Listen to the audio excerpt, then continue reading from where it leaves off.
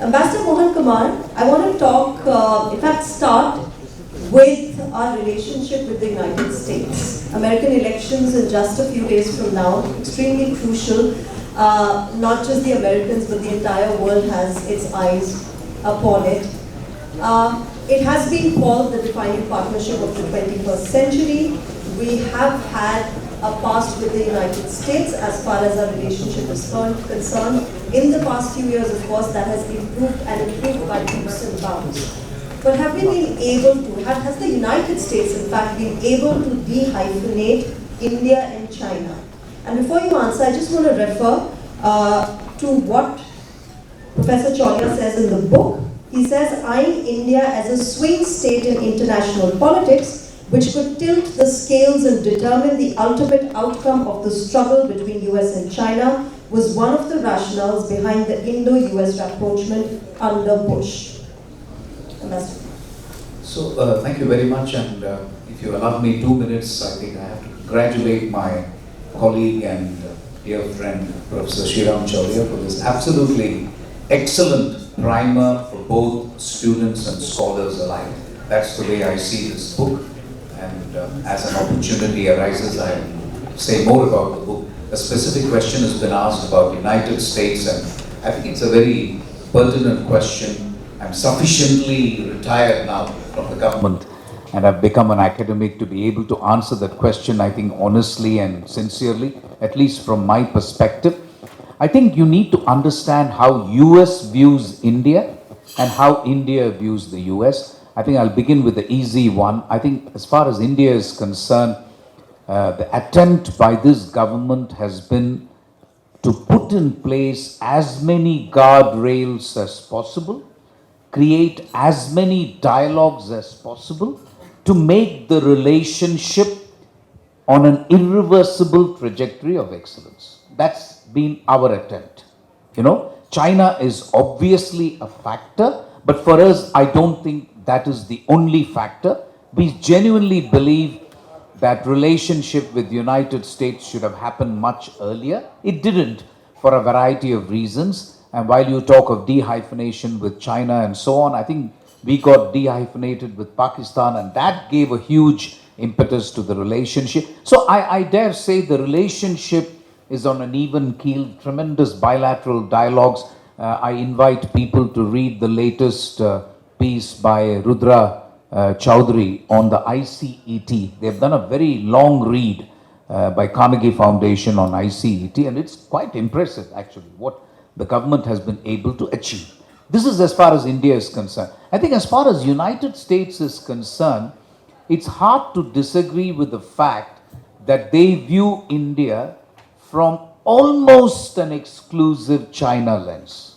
Almost. I mean, I'm not saying entirely. They believe people-to-people ties are important, but to some extent, the reason they see it is because trade and commerce and investment has not taken off that much. I mean, it should have been much more. We should have been able to rival China in terms of trade, commerce, investment. That has not happened.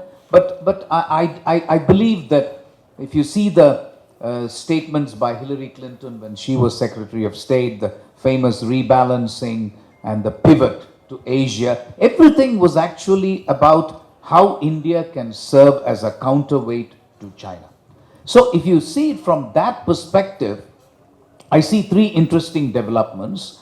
One is, of course, the absolute unpredictability of it all, which will become hopefully clear on 5th.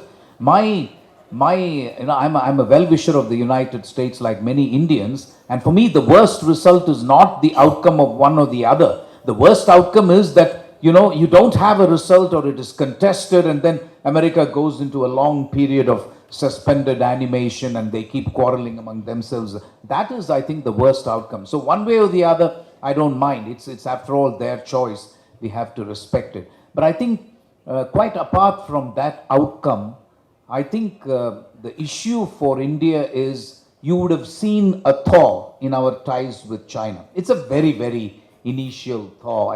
It's hard to overstate its importance. I mean, I wouldn't exaggerate its importance. So there is that. And there is also the speech by Jake Sullivan, which again I invite all of you to read. He is emerging as, it's almost as if Tony Blinken has taken premature retirement. I wouldn't say if I was still in government, but yes, but I think Jake Sullivan has made a very seminal statement, and he is very clear that the yard is becoming smaller and smaller. You know, the small yard high fence that the US is trying to build vis-a-vis China, the yard is becoming really small. So US is keeping its options open vis-a-vis China. That's my sense. India is keeping its options vis-a-vis China as well after the recent, thaw or whatever, and as we should, as Ambassador Lakshmi Puri rightly says, we should. So in the middle of all this, I think it's difficult to make a boilerplate statement like India will just depend on the US to counter China in the Indo-Pacific.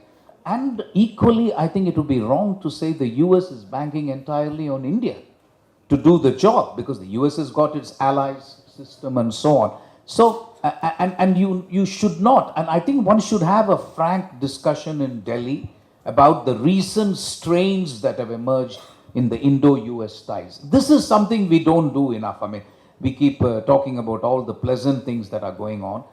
And I think there needs to be a conversation at the governmental level, which I'm sure is happening. Nothing prevents us from having a very frank conversation, whether it is the Pannoon affair, whether it is the democratic backsliding, whether it is, what happened in Bangladesh, where we really caught by surprise what is going on. Because after all, in Bangladesh, countering China has to be a similar objective between India and the US. So I can't understand how we could have been taken by surprise.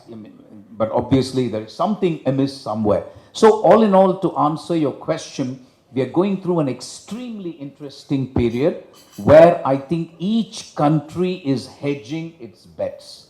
The US is doing so, of course, at its level, and the US obviously has more leverage than India does. But I think India is hedging its bets too. And if you see China's motivation for doing what it has done recently is to have one front less. I have never been able to understand why China opened a front vis-a-vis India. They are 5 times more powerful economically, etc. We did not needle them in any way. They have enough issues on their plate, whether it is Taiwan, whether it is Philippines, and so on. So I never understood. It may also be a course correction on the part of China. I've always felt that most people believe China is 10 feet tall. I don't believe that at all. I think they're perfectly capable of making mistakes and screwing up, and they do it from time to time. If only you could see it, you will see that they do that all the time. So it's fine. It's like any other country in that sense. So I think all in all, it's hard to answer your question in boilerplate terms, but I think we're going through an extremely fluid phase where each country is trying to hedge its bets. Having said that, I do want to conclude by saying I'm of the view that the US-India ties are on a solid footing. You see, the Sundar Pichais and the others are not going to disappear. The Indian diaspora is not going to disappear. And the technology, where India actually is seeking state-of-the-art technology from the US. And the US knows that if technology can work in India, it can work in Africa and other places as well. So I think there are just too many, too much of convergence in that sense. But what I think we need to be prepared to vis-a-vis US is that there will be these issues from time to time. We are a very prickly lot as well, isn't it? We are ultra-sensitive. They are somewhat less ultra-sensitive when it comes to India anyway. So I think that, America, I'm saying, I don't think they care too much in that sense. They're more worried about China and so on. No, but I beg to differ with you, Ambassador Kumar. I think we need to be sensitive on certain issues that we have with the United States. Yes, we need to be prickly. No, I think you should be sensitive.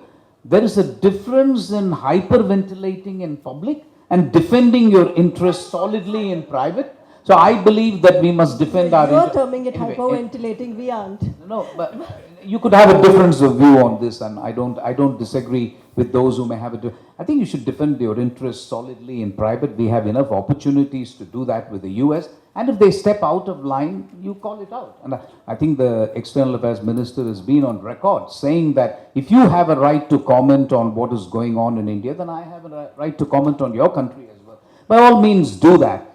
But I'm just saying that the relationship itself, I don't believe is shaken, it's stirred. So I'm going to leave it at that. Thank you.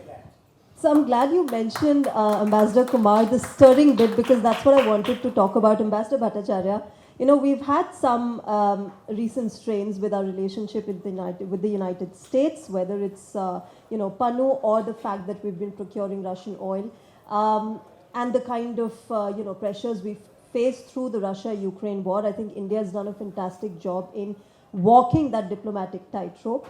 But from here on, how do you see that relationship moving forward, really? You know, so far we've balanced it well. We've been, you know, through some tough times, but now and then there are certain strains and pressures felt. Thank you. Let me first congratulate Dr. Sreeram Chaulia for a really outstanding book.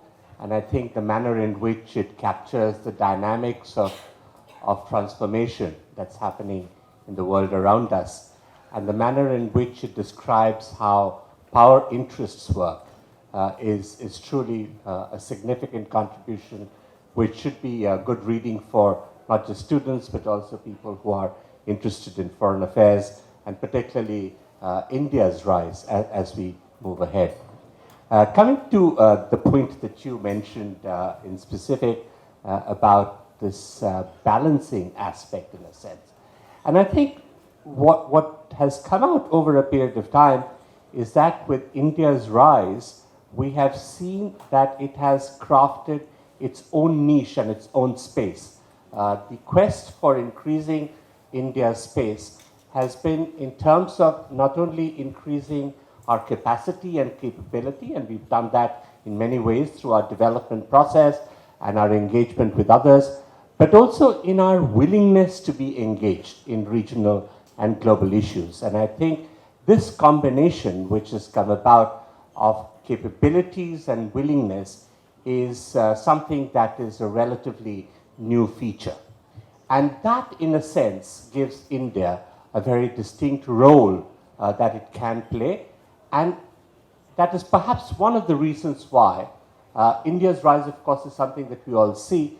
But India is that one country that every other country thinks is not just a rising power or a middle power or a leading power, as Sreeram says, but something that is on its way towards global power. We, of course, many times snatch defeat from the jaws of victory, but I think we are on the right track and trajectory. Because what we have been able to impart is not just this balance of interests and values, because that is important, but also this sense of having dialogue and opportunity, of seeking the opportunities of diplomacy, of having upfront the need that you have to have for global energy security, food security issues that came out of some of these conflicts, for instance, the humanitarian interest that is very necessary. And I think the fact that we were able to do that while the world was caught up in conflict is a significant aspect, and I think the world recognizes that, particularly those who have been at the other end receiving those benefits certainly do. So in my mind, there is certainly a contestation between the West, you could call it the US, and the Russia-China kind of a paradigm. But I think it would be, and it's also often suggested that India needs to take sides and balance, but I don't think India needs to, and I don't think India has, because we are not a balancing force. We are like a leading force going towards another status. We have a certain heritage, which is the foundation of our system, and our belief systems are now being appreciated across. So we have been a force for advancing values and ideas, for becoming part of the knowledge system, for becoming part of the globalized world, and therefore we do not need to take sides. And I think what we did And I think, Minister Jaishankar often talks about it in more explicit terms, is that we stand up for what is required. And I think Mohan also mentioned how the benefits of some of these aspects have been realized not just by us or some of the other countries in the global south, but also as part of the developing world. Recently, there was an item that caught my interest, which suggested that India has overtaken Saudi Arabia as the largest exporter of hydrocarbons to Europe. And I think that is a significant aspect, because today, what is the point of having a world which is facing an energy crisis? We are trying to do energy transition when oil from certain parts of the world are so-called sanctioned. How exactly do you determine what are sanctions? And I think there needs to be a broader discussion on that. There was a point of time when the only sanctions that were valid or legitimate were those that were agreed upon and imposed by the United Nations. But can there be another sanction system? And I think as long as the multilateral system does not adjust to these realities of the rising aspirations of countries like India and the global south, what you will see is what we see coming out in Dr. Sreeram's book about these various different elements that come about, strategic partnerships, plurilateral arrangements. It's not that they're seeking to replace the multilateral system and the arrangements that were there, but some of the inconsistencies that come about because of greater power dynamics through that multilateral system are sought to be corrected in many of these special relationships or the special plurilateral arrangements that you have. So in a sense, I do not subscribe to the view that India needs to be a balancing power, because we have passed that state. From the very outset, we had believed in non-alignment, and it was not about taking sides or not taking sides, but in having one's own perspective. And I think that's what extended when we moved towards our recognition and understanding that the world was moving toward multipolarity. And Dr. Sreeram uses a very interesting expression of multiplayer in that context as well, and moving towards strategic autonomy, because in that context, we don't have to play the game the way everyone else expects it. And if sometimes they may not like it, but so be it. And I think we all know about expectations, whether it's countries or personally. Many, feathers are ruffled when they're not met, but it is what it is. Shubhangi, from one Quad partner to the other, let's talk about Japan and how that relationship has evolved. Ambassador Lakshmi Puri also mentioned it as to when, she served as ambassador to Japan, and how that relationship has really evolved over the years. Hello everyone, very good evening. I would really like to firstly congratulate the professor on a very wonderfully written book. And, before I get to your question on Japan, I would just like to address especially all the students here. On our bookshelves, we generally have books on all the adversaries, the China challenge or the Pakistan challenge. What we miss out on sometimes is the friendships and how meticulously they need to be read, and they need to be nurtured. So I think that is the need that the professor saw, and he thought, you know what, I'm going to write a book on this so that all the kids make sure that they know a little bit about our friends.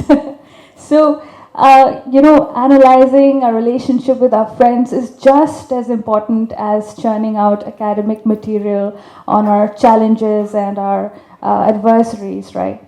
Also, he has focused on the strengths of these relationships, and he has reinvigorated the discourse, essentially. He has steered it in a positive direction, because that is the entire theme of the book, to appreciate how far we have come with respect to these friends. Some of them are relatively new, some of them have stuck around for a while, and how how important it is to nurture these relationships. So, because we must never take them for granted. So, also, it is a celebration, and I have, I'm really honored to be sharing a panel with, three esteemed ambassadors themselves. It's a celebration of India's decades-long diplomacy, especially, the strides made in the last decade, and all the people involved in building working relationships that quietly elevate India's position and global standing. So, this is a lot of painstaking work that happens behind the scenes that has, come together to form the best conditions for India. So the stars are definitely aligned for us in terms of our economy. It's taking off. Secondly, our demography. We're one of the youngest countries, and so the stars are aligned in that manner as well.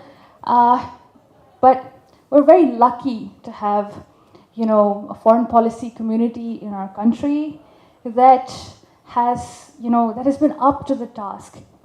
And this is, reflective of the entire situation you see here in this room as well. The very fact that this room is so packed that there are no chairs, there's people standing, because we are so excited about foreign affairs, and I, being from the media, have witnessed this firsthand. This was not the case just a few years ago. It's the youth who have been inhaling foreign affairs content. Everybody wants to know more. Everybody wants to learn more. Everybody wants to watch Professor Chaulia's show on Doordarshan, which is very educational. So these are things that have really, this is the best period in the country to be an international affairs student. And that is one thing that I would like to congratulate the professor for, because he is very much part of this very large and effective movement that is taking place in our country. So also one more thing.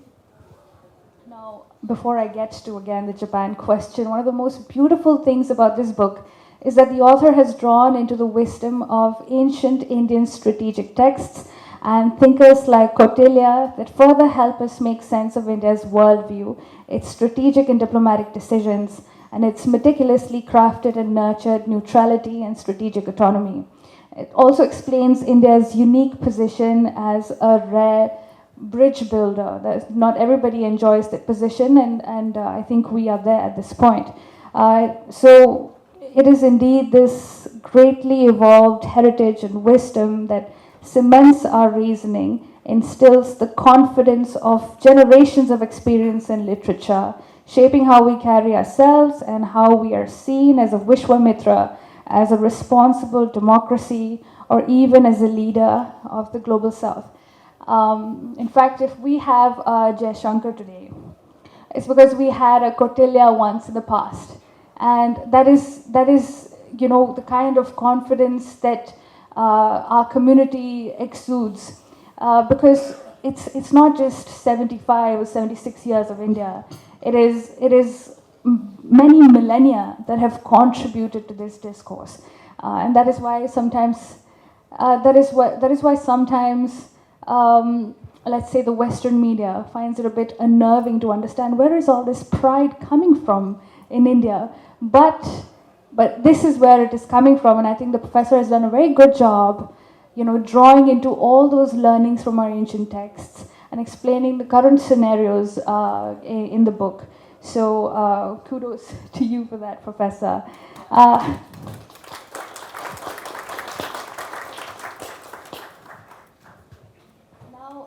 if I get back to the Japan question, I think somebody that really fostered that relationship with India, a visionary leader, Prime Minister Shinzo Abe, who's no more, he definitely brought us out, our relationship out of, sort of some level of stagnation to complete reinvigoration Obviously, the stars are also aligned in a sense that the US was also drawing closer towards India. So Japan, which was once a country that imposed sanctions on India in the 90s, was coming up with a completely different approach towards India.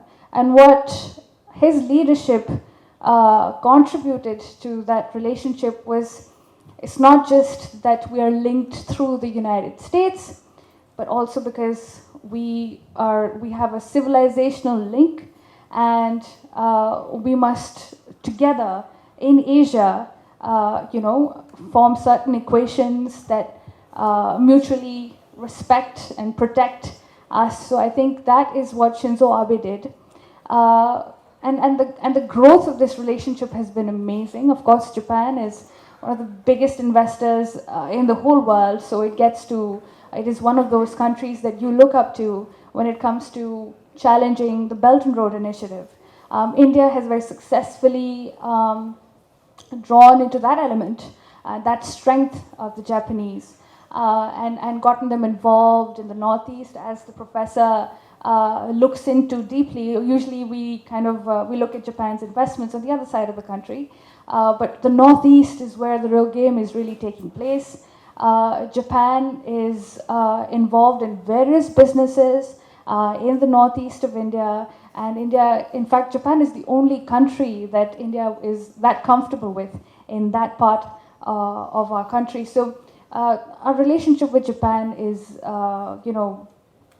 it has tremendous potential. And of course, the elephant in the room, the fact that we both in India and in Tokyo see China as a significant challenge, a challenge that has rubbed us the wrong way several times. India knows enough about that, China knows about that, Japan knows about that. So we have essentially come together and offered sort of a two-front situation to China. So it always has to consider if it has to act aggressive in any shape or form towards Taiwan or towards Japan or in that entire region, it also has to consider the moves India makes, and therefore there is this tug and pull which keeps China at bay. And I think Japan and India together are doing a great job at that. Thank you, Shubhangi. Ambassador Puri, you want to quickly comment on that briefly, on the Japan-India relationship and the troika that we have with Bangladesh and how you see it now with the regime change there? Well, I won't answer the question on Bangladesh. That's best asked of the External Affairs Minister who is here. But I do want to say two things. One, I think Japan, we have spoken enough. What we need to do with that relationship, from what I understand, is, as I said, we have to deepen it and create more of a stake for Japan in India. For it to be investing more, for us to be, having all those technology linkages, other linkages with Japan. And so that needs to be, and the Japanese are, yes, the largest investors, but they are the most cautious investors over the years. That's what I've always seen. So I think that part, that Japanese investment in India has to go right up. It should become part of our Atmanirbhar Bharat and manufacturing base, becoming a manufacturing base of the world. So that kind of ambition, if we can partner with Japan, I think it would be great. One other thing that I must also relate to my own experience is how transformative these partnerships with the US, Australia and Japan in the context of Quad and Indo-Pacific have been. When I was Joint Secretary Economic Division and Multilateral Economic Relations, I tried very hard to establish some kind of relationship with APEC. And you know what they told us? But you are not in the geographical footprint of APEC, of Asia Pacific. But we said no, but Andamans is very much in that footprint. But both that and also economically, they didn't think that it would be, our in terms of liberalization, we were not matching their goals. And look what has happened. Asia Pacific has become Indo-Pacific. That to me is a strategic conceptual transformation I couldn't have dreamt of. That's something which is really precious. Yeah. Shifting our focus to France now, Ambassador Mohan Kumar, a rather healthy relationship that we've had with France. How do you see that having evolved, considering how Professor Chaulia has also used the present as the context to make us understand the history, the past and the future of this relationship? Yes, so happy you asked a question with which I am very comfortable, so thank you, Sreeram. No, look, so we in the media are not trained to ask comfortable questions. No, I know, but thank you for doing that anyway. No, I was on the verge of retirement, and I'm not a very religious person, but 13th of July is my birthday, and at least on my birthday, those of us who belong to south of India, but also north of India, tend to go to a temple and so on. I was in Paris, so I don't really mind whatever god. So I've been always wanting to go to Lourdes.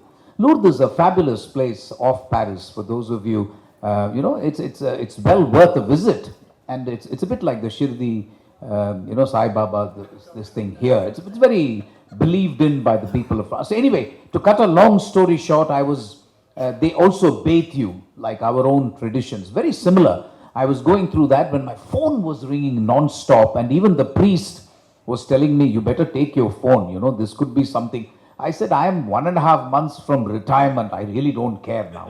Let anybody ring. He said, no, you better take it. So after about 5 minutes, I took it. And true enough, it was a call from the Prime Minister's office.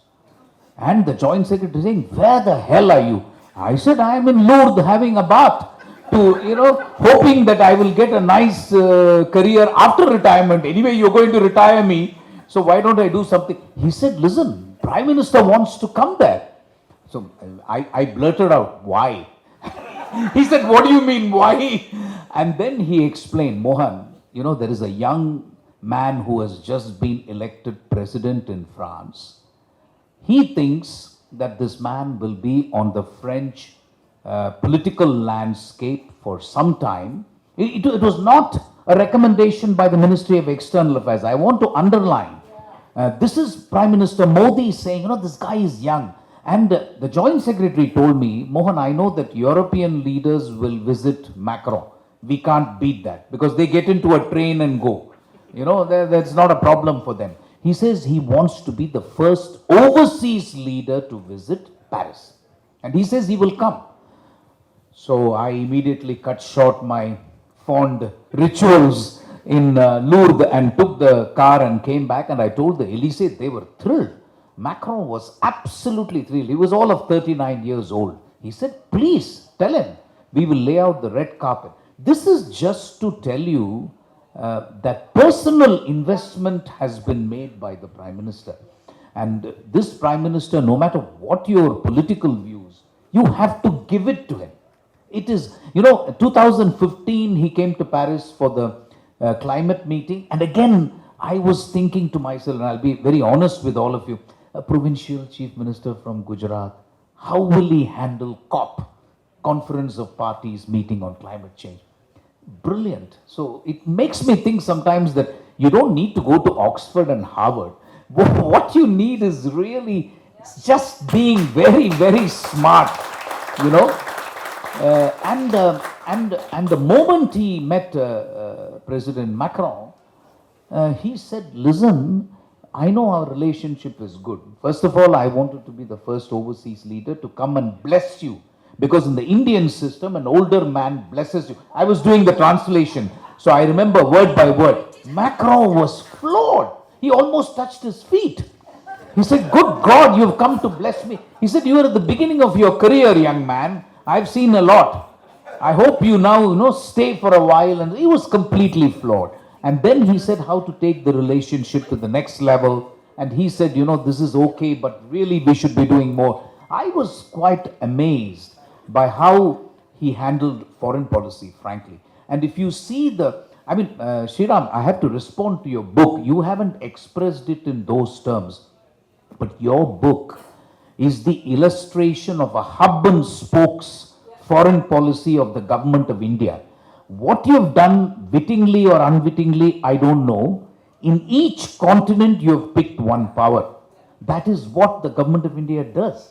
If you see down under, you've got Australia. Then you've got Japan.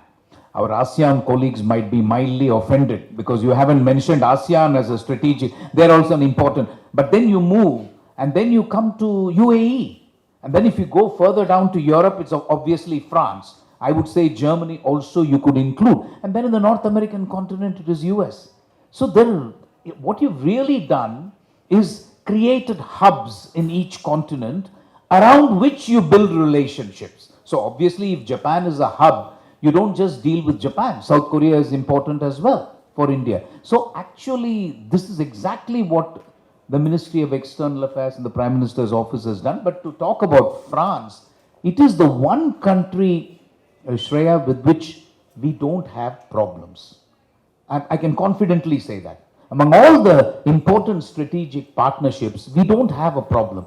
The reason is, and I would suggest this as a model for other countries, it's not that we don't have issues, we take it up in private. Yeah. This is what I meant, and this is what we should tell our great American friends. We have issues with with France. I can regale you with stories, including the problem faced by Sikhs in France. We have issues because there is no overt representation of religion which is allowed in France. They don't allow a girl to wear a cross, they don't allow a person to wear a turban, and they don't allow a burqa. So there are issues which we raise with them. But there is a tremendous understanding with France that among friends, whatever you do it within closed doors. That is what diplomats do. You don't have to go to town. I'm not meaning to put you guys out of business. I know you guys also need your masala from time to time. But jokes aside, really, serious issues, I think, are discussed best in private. You may call me old-fashioned, because I know now you just tweet about everything, isn't it? I mean, even if there is an issue, you tweet about it. I don't think that helps patient diplomacy. But to go back to France, I think for me, the joint exercises in the Indian Ocean are fantastic. What you have to understand about the Indo-Pacific is that the whole investment is in the Pacific theater. It's not in the Indian Ocean theater. The Americans don't even agree with our definition of Indo-Pacific, right? You know that. So I think France is a lifesaver for us. Most people don't know that France is got the biggest real estate in Indian Ocean. You have to go to Reunion Islands to understand what France has got in the Indian Ocean. And I think what we are doing bilaterally with France in terms of joint exercises, France was the first country to post an officer in the Information Fusion Center in Gurgaon, which monitors maritime domain awareness on a 24/7 basis. They were the first to do it, and the Americans and others did it subsequently. So I think with France, it was an opportunity of a lifetime. I enjoyed it thoroughly. I was lucky. I was both DCM and ambassador, and every day you were doing things to make a difference. And what you will see from the French side is, I have to conclude with this. In 1998, when India was declared a pariah country by the world, following our nuclear tests, every country declared us a pariah. Nobody would receive a delegation. Nobody would send a delegation to India. The only country which received our delegation was France. All because of that great president called Jacques Chirac. And in his inimitable French, he said, "Il faut jamais oublier l'autre géant asiatique," which means you never forget the other Asian giant. China may be a giant, but he told his French Quai d'Orsay personnel that don't forget the other Asian giant. And that's what you're doing. So he had a tremendous, I used to joke with my friends that India doesn't have a white paper on foreign policy, but the French do. So I would tell them jokingly, just translate French into English change Republic of France into Republic of India. This will be a good white paper for India, really. You know, the same multipolar world, strategic autonomy. So really a lot of things going on, but I can go on and on because it's my favorite country, favorite subject. But thank you for asking that question. Thank you, Ambassador Kumar. No, before I wrap up, I want to quickly talk about our relationship with Israel and West Asia as well. And, Ambassador Bhattacharya, Ambassador Kumar, Ambassador Puri, Shubhangi, any of you can answer. We've of course had a great relationship with Israel since, of course, the conflict began as well. But one of the things that Professor Chaulia talks about is how we approach our anti-terrorism strategy and how Israel goes with the what is called the Dahiya doctrine that involves disproportionate force against their adversaries, while India doesn't go by the norms and the guidelines of a hard state. When we are diverging on such an important issue, how difficult does it become then, or how easy does it become then, to have a great, strong relationship with a country like Israel? I'm really glad that Dr. Sreeram picked two countries from that region as part of Friends, because I think that's been an extremely important part of what we now call our extended neighborhood. And as you understand, that as the nation grows, the concept of neighborhood grows as well. And that's essentially what happened with the Look East moving into Act East. And then, of course, what we are doing towards our West. I joined the service at a time, the Foreign Service, at a time when my passport actually said, this passport is not valid for, and there were two countries mentioned. And I'm so happy that I got to deal with both of them. One was Israel and the other was South Africa. And they've been very instrumental in many of the things and the way we've progressed. But also equally, I would wish to bring in the United Arab Emirates as well, because it's not just a question of the fact that we have 9 million Indians who live in the Gulf region, but the fact that today the Gulf is the hub for the future-oriented developments that are going to shape the way around us. And within that, apart from Israel, which has of course been a technology demonstrator and innovator from the very beginning, the United Arab Emirates has been a very striking example of becoming, so to say, the Singapore of the Middle East. And it has that dynamism which is so infectious. And so it was quite natural that when we were looking at our policy towards that region, that the UAE should be a natural partner. And I must also add that there was a very significant overture towards developing our relations with Saudi Arabia. And that brings us to the point that you were actually talking about, which is terrorism, how you deal with the idea, does everything need to be conflated with Palestine and the Palestine issue? What is the status of fundamentalism, of minorities, and how you deal with them? Because that was the hub not only of being the home for the Makkah, but also the one in which new ideas were coming about, some of which were very radical and fundamental. Don't forget that the initial ideas of Islamophobia were actually within the Islamic faith, because there were people who were taking over the faith and using it for fundamentalism, radicalism, and violence. And so the Islamic faith itself was setting up observatories so that they would be able to counter that particular rising element. And we were facing similar trends in our country as well, as you know. So it was not just about fundamentalist trends within certain faiths, but also the issues related to Kashmir. And in that, we found the West Asia region a very, very useful and important ally in our thoughts and our processes.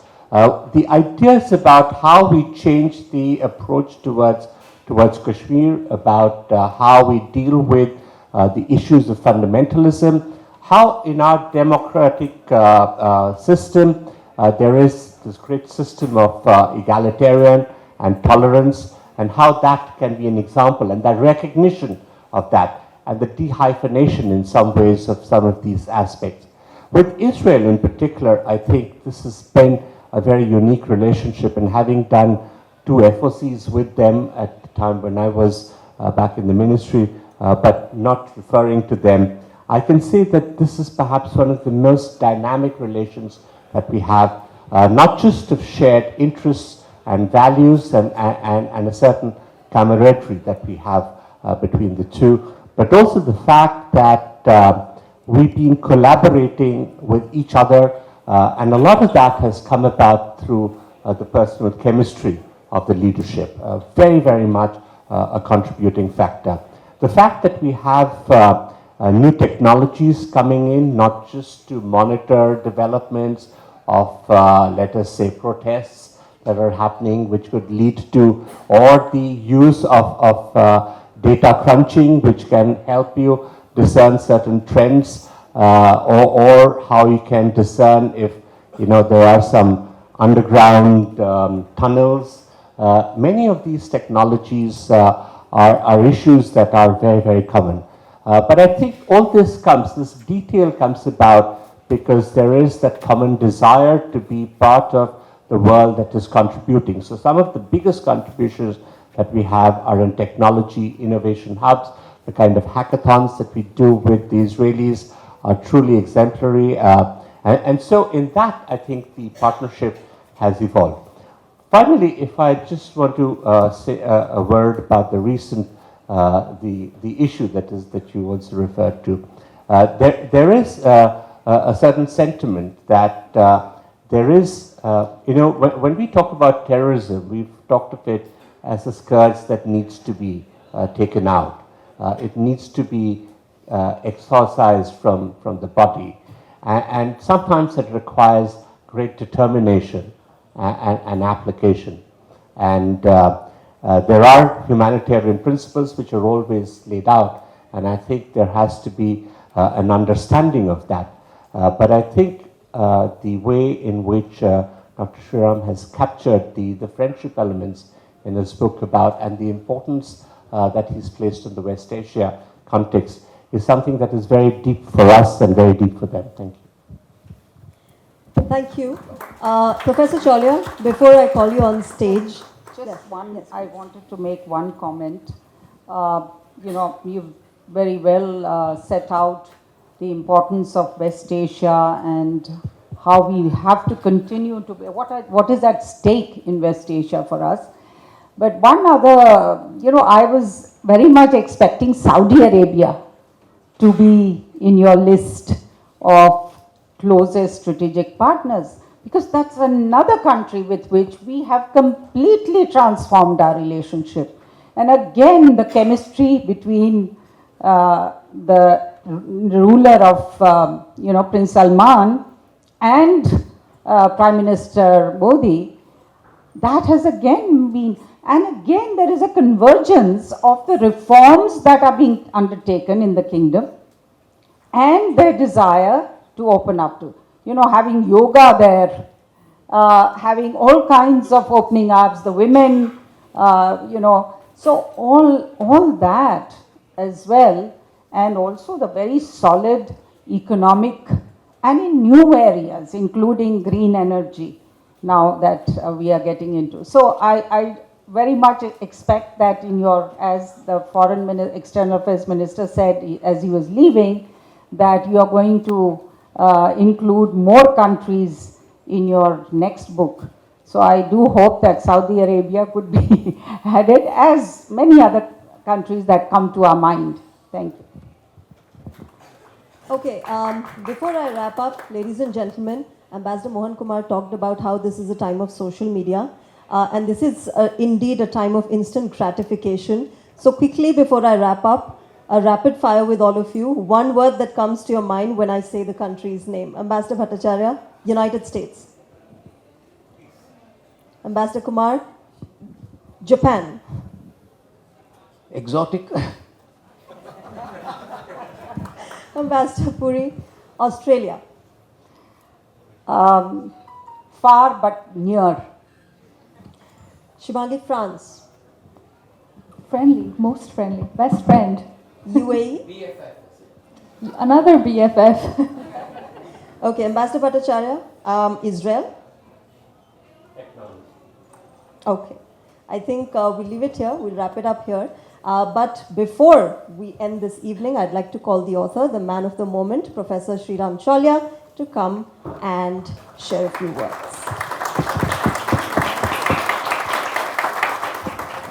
Thank you all. It was a phenomenal panel. It's going to be on YouTube, so I hope thousands, if not millions, will watch it who could not be here in person. But of course, the people who are here, I think it's fair to say that this is the most pointed and focused panel on a book that you must have seen in a long time. And I want to commend each one of them, despite their busy schedules, for having taken time to read the book, to reflect upon it, and to take copious notes, and to then articulate their own views about it. One common thread that I could sense from Dr. Jaishankar's chief guest remarks and also the panel is that, to quote our External Affairs Minister, he said that convergence does not mean congruence. And he also sounded a note of caution about taking these friendships for granted, and so did our panelists. And he also spoke about, some of these prickly issues, and the panel was also mentioning those. My own assessment of these matters is that sometimes we can get carried away by the momentary news cycle. And with all due apologies to Shreya, when we are writing a book, we tend to think in terms of long-term trends and structural factors, much more than some Pannu case or some other thing that's currently happening and which is generating a lot of heat and dust. So I would request all of you, being more like the IR scholar here, to think about who are our adversaries and who are our friends in a very structural and an organized way, right? I mean, there are some people who have become so vexed with this whole Khalistan problem. For example, the last few months, they're saying that the US is India's biggest enemy. Sorry, this is just logically wrong. There are others, who wanted us to abandon Russia. Sorry, this is just logically wrong. So what I'm trying to say is, instead of being consumed by the news cycle, which is on a daily basis, let us just step back a little bit and look at the big picture and look at these countries. And I'm not a specialist in any one of them. I'm more like a comparativist. So what I've done in this book is actually draw parallels and similarities between our friends, these 7 friends that I picked for the book, and how each of them adds value to us, and how we in turn enhance their power and influence in the world. So if you look at it, these are fairly durable, I can see. Although there is scope for more, and Ambassador Lakshmi Puri was saying that we should consider more strategic partners. Saudi Arabia, Germany, some British diplomats were upset, why don't you have the Union Jack on the cover, and why is the UK not counted, why only France? Somebody asked me, why not South Korea and why only Japan? Somebody asked, why don't you have a neighboring country at all? I simply went by the official stated list of strategic partners. We have 36 of them approximately. Most are bilateral, but we also have, for example, with ASEAN and with the EU. We have like full-fledged strategic partnership with groups also. But I'm looking at the core bilateral, the 101 diplomacy that Dr. Jaishankar was talking about. And in that list, these struck me as the most happening and the most consequential in terms of those 3 things I mentioned: security, economy, and the geopolitics. So if you add up all these controversies, how many of you remember, friends, younger ones may not even remember, how many of you remember the Devyani Khobragade incident? And when it happened, this is almost about a decade ago. I mean, the kind of fury and furor we heard, how can the Americans be so mean with us? And, in spite of all that, the relationship has gone forward, right? The kind of things that were said about Israel and, that India is losing its neutrality and its balance, we've maintained the balance. And at the same time, we are looking out for our best interests. So what I'm trying to say is, at certain moments, in heated moments, you may think that what kind of friend is this?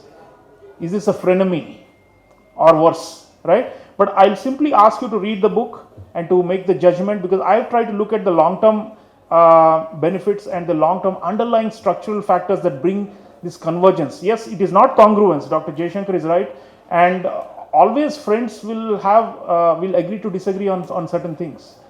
And luckily, these 7 friends, we agree to disagree and manage them to a great extent.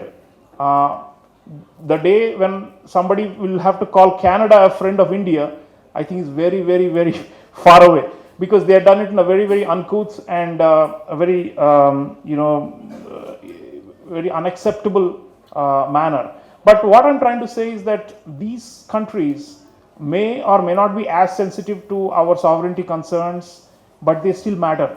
At the end of the day, we will still deal with them because of this underlying structural convergence and the changing global order, where we need friends in order to grow and to become more powerful.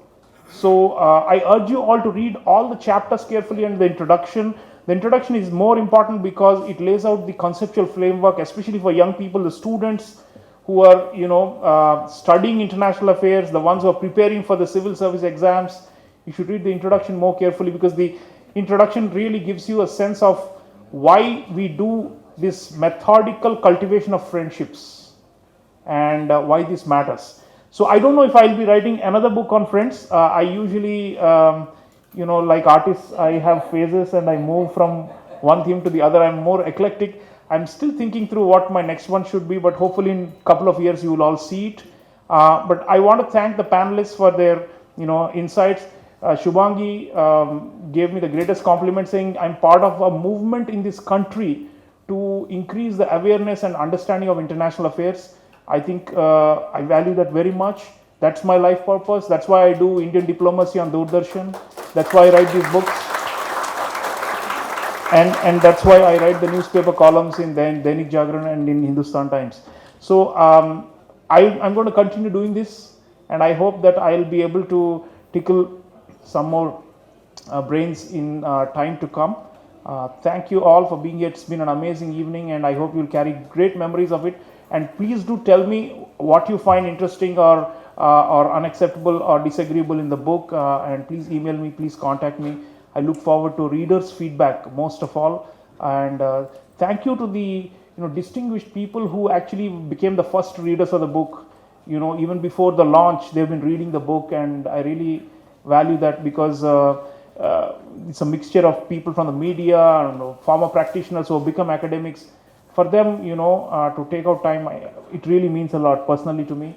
And they have also illuminated many things, in a way extrapolated from the book itself and taken the discourse further. So that is how we build knowledge, and that's how we build expertise. And I hope that whatever I am doing through my writings and through my television and through all these engagements with the wider public will also expand the circle. I've spoken about an extended arc of friendships, starting from the far east of Russia and Japan, and then going westwards going down under to Australia, and then going westwards towards Israel, the UAE, and France. Maybe there is also an extended, discussion that we need to have about these friendships and how to manage them. These are delicate, these are fragile, and like our panel has said, and like Dr. Jaishankar was saying. So let us, not jump the gun and not be excessively emotional when we are confronted with some problem with one of these friends or the other. That's my humble request or policy advice, if at all I have one, because these things can snowball, and very soon we can find ourselves in a friendless situation. That is the worst of all. So let's cultivate friends. Let's expand the circle of friends, and that's how, as Kamandaka says in the Niti Sara, and I've quoted him in the epilogue, and that is how the emperor grows, and the empire or the emperor or the state grows more powerful and more influential in the world, because we need more and more friends or allies. So thank you all so much. Appreciate it.